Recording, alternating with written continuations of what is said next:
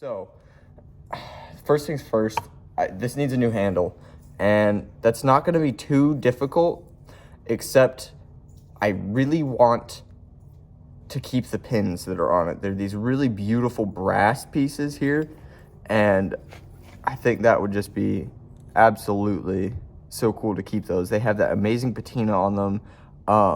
They're awesome, but I'm not sure because in the process of putting it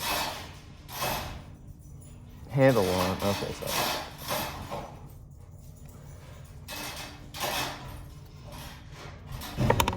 Around my shop, and I'm trying to decide what do I want to use to make this thing beautiful. What do I want to keep from the original? Is there a way to do that?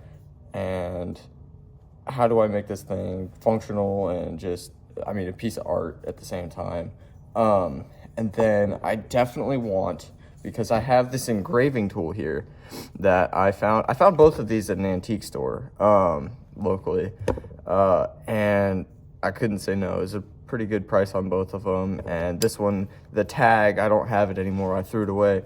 But the tag actually said a restoration project, or perfect for the restoration project, I believe is what they said. And that's exactly what I'm going to do. So, first things first, this needs a new handle. All right, so to the bin. Right now, I really do not have a lot of good scrap wood. A lot of that's over with all of my other carving stuff for making spoons and different projects and such like that. This is a piece of black walnut that I found in Texas.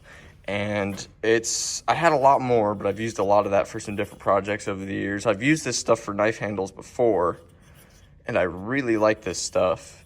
I have an idea for this knife though, and that is I want to put an inlaid plate into one of the scales that I can engrave on and practice that.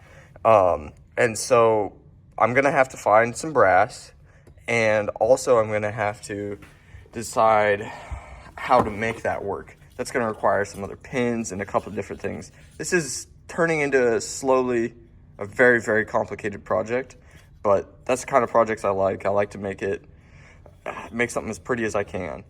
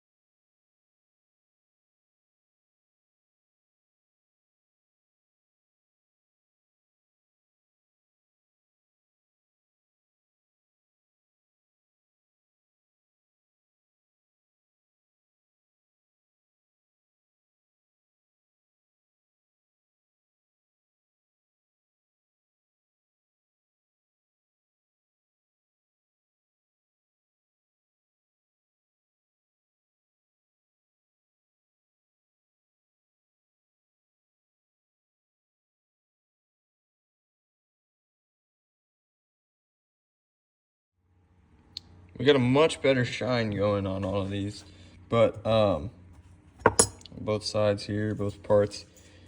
But all in all, I think that's as far as I want to go with the rust converter. Next up, I'm going to do some work with the belt sander and and then a file too, and I'm going to put in a sharpening tool there, and then I'm going to put an edge on it, and the bevel back here. And then I have still yet to decide. A friend of mine kind of put me onto the idea of doing micarta instead of the black walnut here. Those are all the dogs that are causing problems. But something more along the lines of this, which is a project I made a long time ago. It used to be an old military surplus machete, actually, that had the tip snapped off of it. And it's just a really basic beast of a knife, but could have done better with the pins, and it's not even, nothing's really even on it. Kind of something I slapped together, just kind of practicing with the material itself.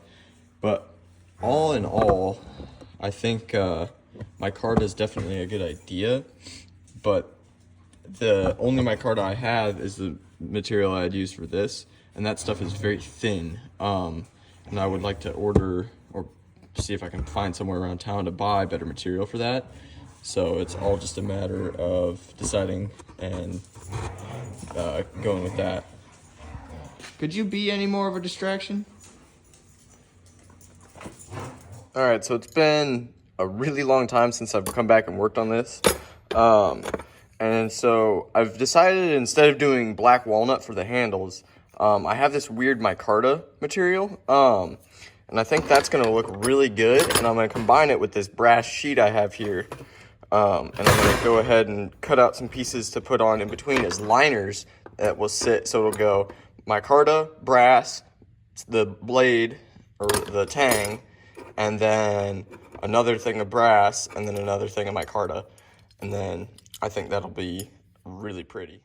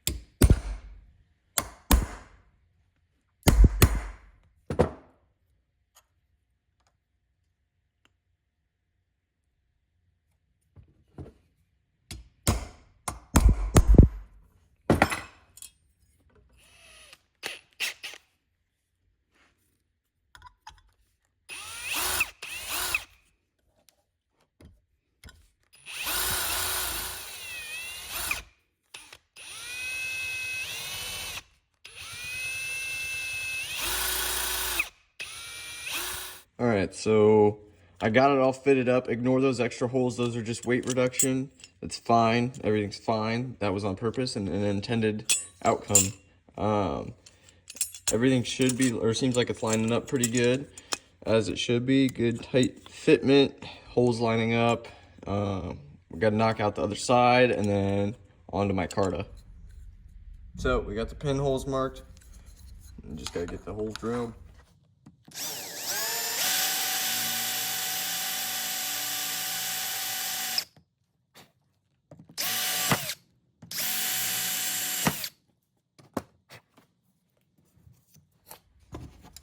All right, so you got it all buttoned up, sorted together.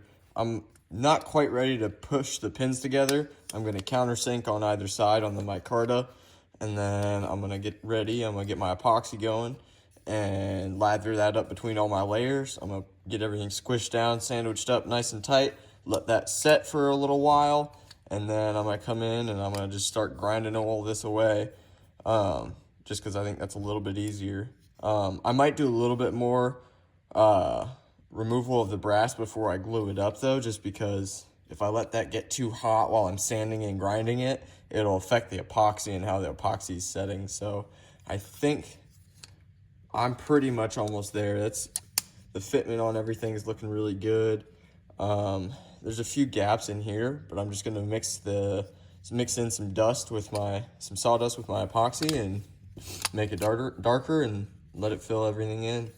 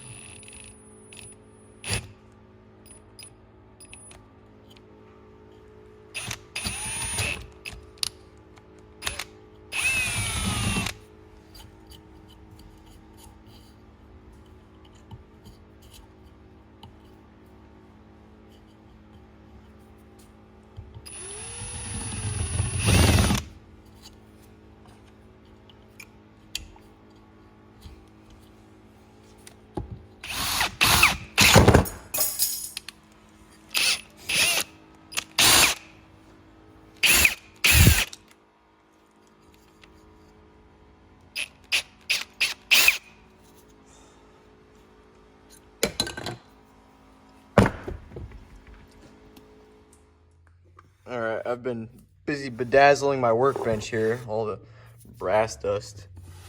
But got this thing all trimmed down, and I'm gonna do that with the other piece over here.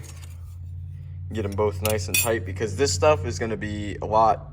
I'm gonna really appreciate the work I'm putting in now later when I'm doing all my grinding and sanding on all of the micarta, because this stuff is super easy to sand if you use a pretty rough grit belt, something like an 80 grit or something. But this stuff is just going to get really hot, and it's going to affect how that epoxy is setting up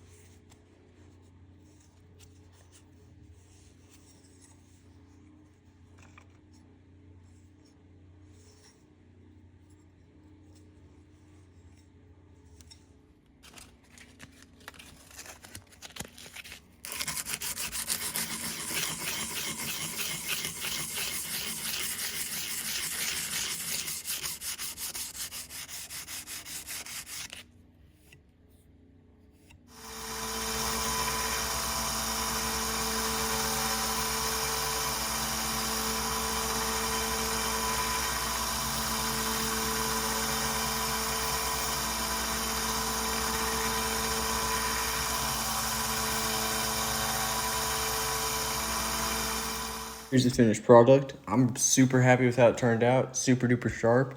Now all it needs is a sheath, which I'm gonna get going on and make that another video.